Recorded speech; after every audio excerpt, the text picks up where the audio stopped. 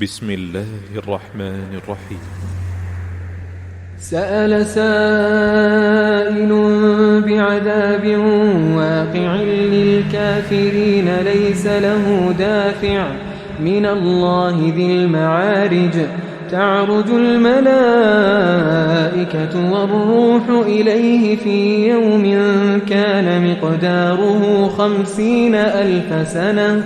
فاصبر صبرا جميلا إنهم يرونه بعيدا ونراه قريبا يوم تكون السماء كالمهل وتكون الجبال كالعهن ولا يسأل حميم حميما يبصرونهم يود المجرم لو يفتدي من عذاب يومئذ ببنيه وصاحبته وأخيه وفصيلته التي تؤويه ومن في الأرض جميعا ثم ينجيه كلا إنها لظى نزاعة للشوى تدعو من أدبر وتولى وجمع فأوعى كلا إنها لظى نزاعة للشوى تدعو من أدبر وتولى وجمع فأوعى إن الإنسان خلق هلوعا إذا مسه الشر جزوعا وإذا مسه الخير منوعا إلا المصلين الذين هم على صلاتهم دائمون والذين في أموالهم حق معلوم للسائل والمحروم والذين يصدقون بيوم الدين والذين هم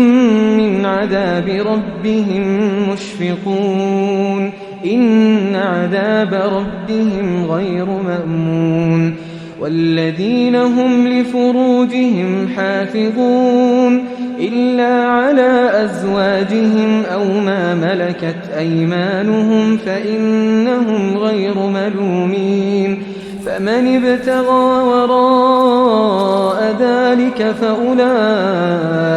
هم العادون والذين هم لأماناتهم وعهدهم راعون والذين هم بشهاداتهم قائمون والذين هم على صلاتهم يحافظون أولئك في جنات مكرمون فما للذين كفروا قبلك مهطعين عن اليمين وعن الشمال عزين أيطمع كل امرئ منهم أن يدخل جنة نعيم كلا إنا خلقناهم مما يعلمون فلا أقسم برب المشارق والمغارب إنا لقادرون على أن نبدل خيرا منهم وما نحن بمسبوقين